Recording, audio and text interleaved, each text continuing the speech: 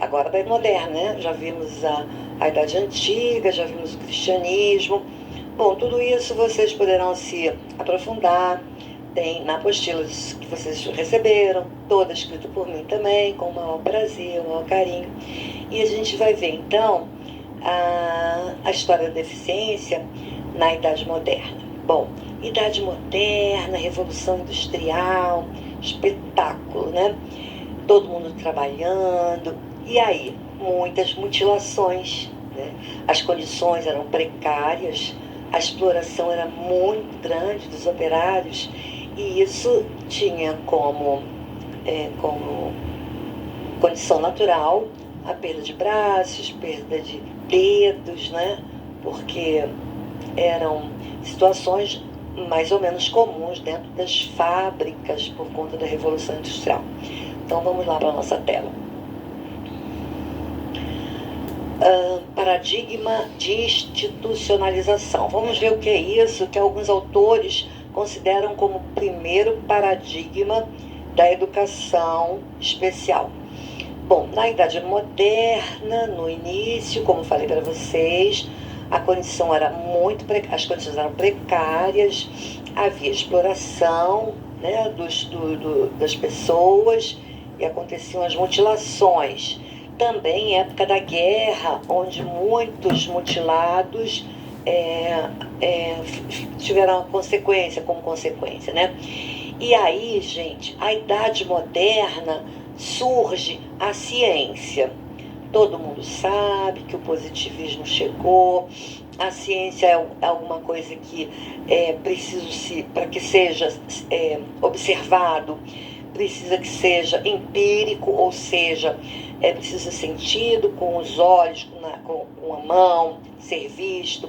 Então chega a ciência com toda a força para tentar organizar a vida dessas pessoas que vieram, que acabaram ficando, outras que já tinham a deficiência desde que nasceram. E aí a medicina se encarrega de começar a estudar profundamente sobre, na verdade, o interesse inicial, segundo os pesquisadores, segundo a literatura, o interesse da medicina pelos deficientes foi em função das deficiências de mutilação, que em alguns casos essa mutilação veio do nascimento, mas a grande maioria era oriunda das guerras, né, e da falta de condições de trabalho. Então a medicina se especializou por conta disso e criou a medicina do trabalho. Bom, deficiência mental, deficiência intelectual. Quem são essas deficiências? DI e DM, retardo mental, oligofrenias, o demente e o idiota. Nessa época, era assim que eles eram chamados, tá? Era idiota, por isso eu acho até muito engraçado. No outro dia eu ouvi dois irmãos brincando, comentando. Vamos lá, vamos só fazer esse comentário aqui para vocês. Eu ouvi dois irmãos brigando, né? Porque irmão pequenos, de 8, 9 anos, seu idiota. Aí o outro falou assim: mãe, é da minha família, somos crianças da minha família. Mãe, tá me chamando de idiota. Não, eu não chamei ela de idiota, não. Eu tô chamando de retardada. Ela é retardada mental. Aí, meu coração partiu, né? Tive que sentar com eles, explicar o que era a idiotia. Ah, tá bom, vó, tá bom. Mas daqui a pouco, quando saíram, um tava chamando o outro de idiota. Então, vocês vejam como isso atravessa séculos, né? E chega ao presente nosso. Assim também é o preconceito. Atravessa os séculos e chega até nós com a força que não se sabe como, né? Como é que essas crianças estavam chamando? E isso é normal, né? Muita gente já ouviu falar aí, criança brigando, chamando um de idiota e outro... Falando o quê? Depreciando, claro. Vamos voltar lá, então, que essa figura desse cérebro tão lindo, né? Bom, então, havia uma confusão, não havia confusão, Uns tinham deficiência mental e outros tinham deficiência intelectual. Mas todo mundo chamava de retardado, né, de demente, de idiota, de oligofrênico. Esses eram os termos usados. Então, a deficiência mental continuava a ser considerada como hereditária e incurável. E, por esse motivo, as pessoas com esse tipo de deficiência eram isoladas em hospícios ou asilos. Então, os deficientes mentais, né, eles, que hoje a gente só chama de DI, eles eram considerados loucos, né, e eram internados em hospício. Então, foi a época do paradigma da institucionalização. O que é isso? Era a época das instituições próprias para receber as pessoas que não faziam parte do desenvolvimento, entre aspas, normal. Por que Rosália botou um cérebro aqui para aparecer?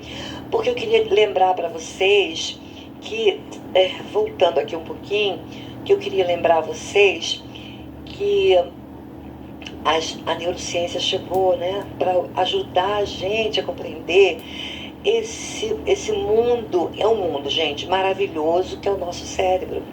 Então, ela sempre já existia há muito tempo, né, os pesquisadores, mas ela apareceu com muita força, talvez há uns 15 anos, para explicar as questões da aprendizagem, né? E hoje, ser neuropsicopedagogo, né, que tem a ver com educação, neuroeducação, é importante demais, porque aí a gente fica sabendo, conhecendo o que está fora do funcionamento que leva aquela pessoa a ter esse desenvolvimento. Por exemplo, deixa eu contar para vocês aqui, há uma pesquisa, está na internet, eu achei muito interessante, só vou mostrar, se bem que a gente vai falar de TDAH ainda mais tarde, mas eu queria contar para vocês que existe só um médico brasileiro fazendo o levantamento cerebral das pessoas com TDAH.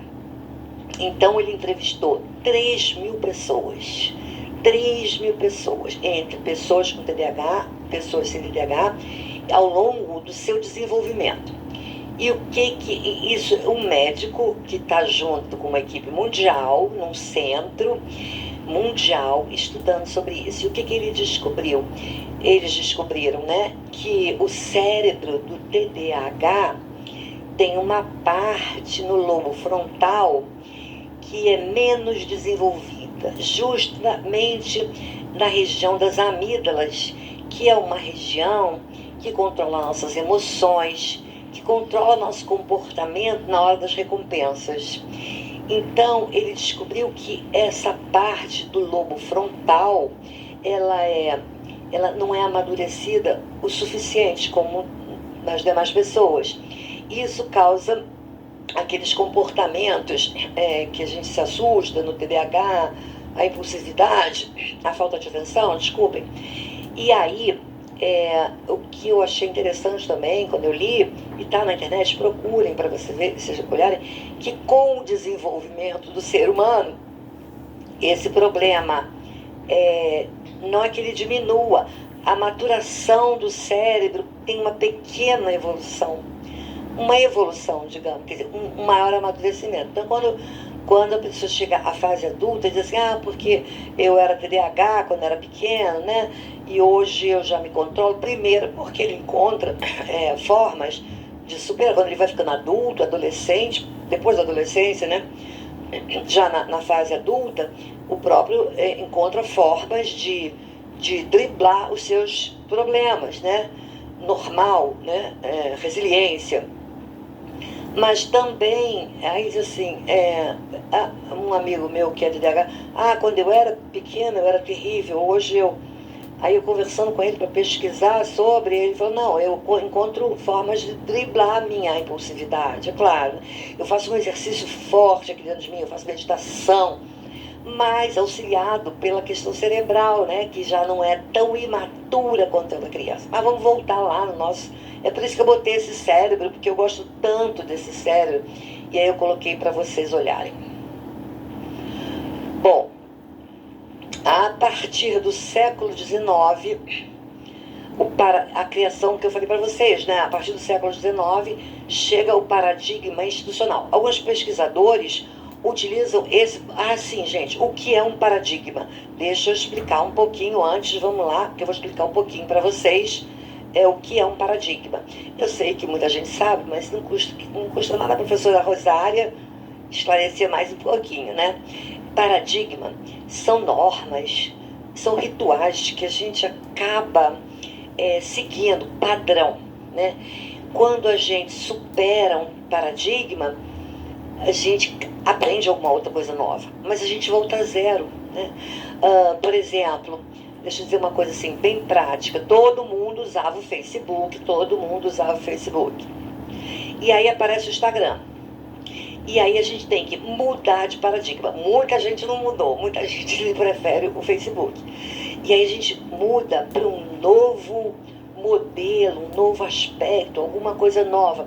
A gente volta a zero, a gente vai ter que aprender tudo outra vez. Então, nosso padrão foi substituído. Agora tem o TikTok, né, gente? Que também eu gosto muito. Daqui a pouco tem outro. Então, aí a gente aprende. Ai, meu Deus, onde é que grava um vídeo? Ai, onde é que faz isso? A gente volta a zero. Mudança de paradigma é quando um conhecimento supera outro, né? E, de uma certa forma, o outro fica menor. É um novo paradigma. E a gente vive paradigmas no nosso dia todo. A gente tem hábitos que a gente não para. E quando a gente vai fazer uma coisa nova, eu nunca experimentei isso. Então, é uma mudança de paradigma. Então, alguns autores falam que o primeiro paradigma, se vocês procurarem na internet, o primeiro paradigma foi o paradigma institucional. Outros falam que o primeiro paradigma foi o da segregação. Bom, nós estamos seguindo a linha de que o primeiro paradigma foi o institucional, tá? E que paradigma institucional é esse? Quando as pessoas com deficientes foram colocadas em instituições, aí você não esquece que institucional tem a ver com instituição. As pessoas com deficiência foram inseridas em hospitais, tá? A medicina começou a tomar conta dessas pessoas. E aí a gente fala que é o primeiro paradigma, o paradigma institucional. Não esquecendo que houve ainda, mas que não era paradigma para nós, né? A segregação e o extermínio e a segregação, tá?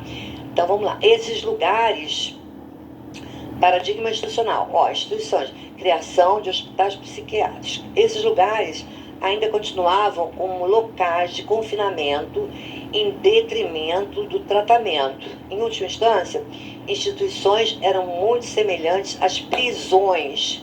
Essa é uma citação, pode deixar aqui, é uma citação num livro que eu deixei aqui para vocês, né? Quer dizer, como prisões. Se a gente olhar a tela, eu mostro para vocês que era assim, prisão, assim, todo mundo junto, ainda com bastante falta de zelo, porque essas pessoas não tinham nem... Antigamente elas eram mortas, por que agora elas precisavam ser bem tratadas, né? Era uma coisa assim meio que desleixada, né? Sem muita higiene, as pessoas continuavam largadas. Bom, na Idade Média, os preconceitos continuam, né? E o que é um preconceito? Definição de preconceito é um juízo preconcebido que se manifesta numa atitude discriminatória perante pessoas, crenças, sentimentos, tendências de comportamento. Preconceitos, discriminações, ontem e hoje. Na verdade, gente, a gente tem que lutar contra esse preconceito, né? E eles permanecem desde aquela época até hoje. E aí, chegam essas pessoas, eu trouxe para vocês as pessoas mais importantes que deram início a esse movimento todo, né? O Dr. Start, com a história do Menino Selvagem, tá na internet, conta a história do Dr. Jean-Marc Gaspar Itard, conhecido como Dr. Itard. O Dr. Esquirol, que fala da demência como loucura e da amência como idiotia. Ele separa, vocês vejam, ele separa doença mental de doença, de loucura. Doença mental e loucura. Ele separa as duas coisas, demência e amência. Ele chama de demência quem é louco e amência quem é idiota. Imagina, né? O Dr. Belhome, que fala da deficiência mental, idiotia e imbecilidade. É engraçado que esses termos são tão usados hoje quando uma pessoa quer xingar a outra, né? E olha que foi criado por um médico, né? E para deficiência mental. E o Dr. Langdon Down, que quem é ele? É aquele que pesquisou sobre a síndrome de Down. E por que síndrome de Down ficou com esse nome? Por causa dele.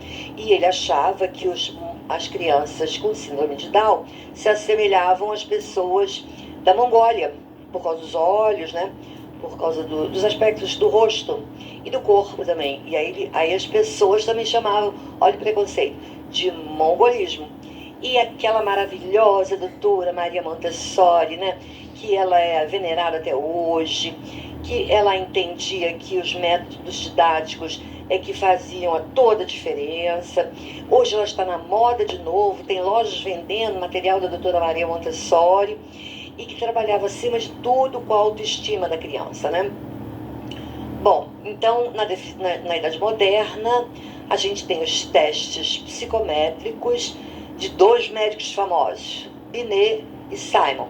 Esses dois médicos, está ali para vocês olharem, foram médicos que criaram um teste específico de QI, todo mundo conhece. E aí tem joguinhos. Qual é o seu teste, seu QI, coeficiente de inteligência? Tá lá, foi criado por eles. É lógico que os joguinhos são assim, uma aproximação, um aproveitamento, né? Mas eles criaram esse teste para ver quem é que tinha retardo mental. Quem passasse daquela métrica não teria.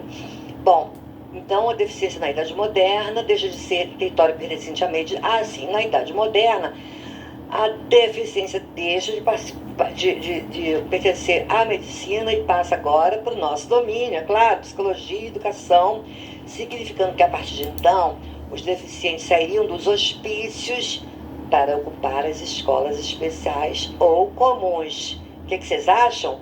Eu acho maravilhoso que o médico queria entender do cérebro, mas não sabia bem do comportamento, que a nossa psicologia nos ajuda tanto e a nossa educação está junto. Bom, em 17, aqui só uma rápida explanação do que aconteceu. Em 1917, Escola dos Surdos, 29, Escola para Crianças Cegas, 48, 1840, internato público prestado para deficientes mentais, 1986, classe especial, 1986.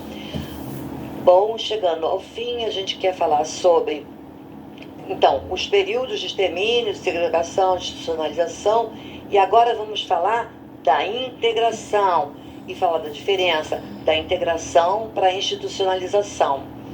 É necessário considerar que as críticas, sim, isso é importantíssimo, volta aqui para mim, por favor, é bom lembrar a todos que o que nós estamos fazendo hoje é uma crítica de um tempo antigo, muito antigo, e que naquela época se fazia o que se sabia, né? Hoje as nossas críticas são feitas, mas podem estar certo daqui a 10, 20, 50, 100 anos, vão estar analisando a gente com o olhar dos 100 anos adiante, da forma como a gente analisa eles hoje, tá?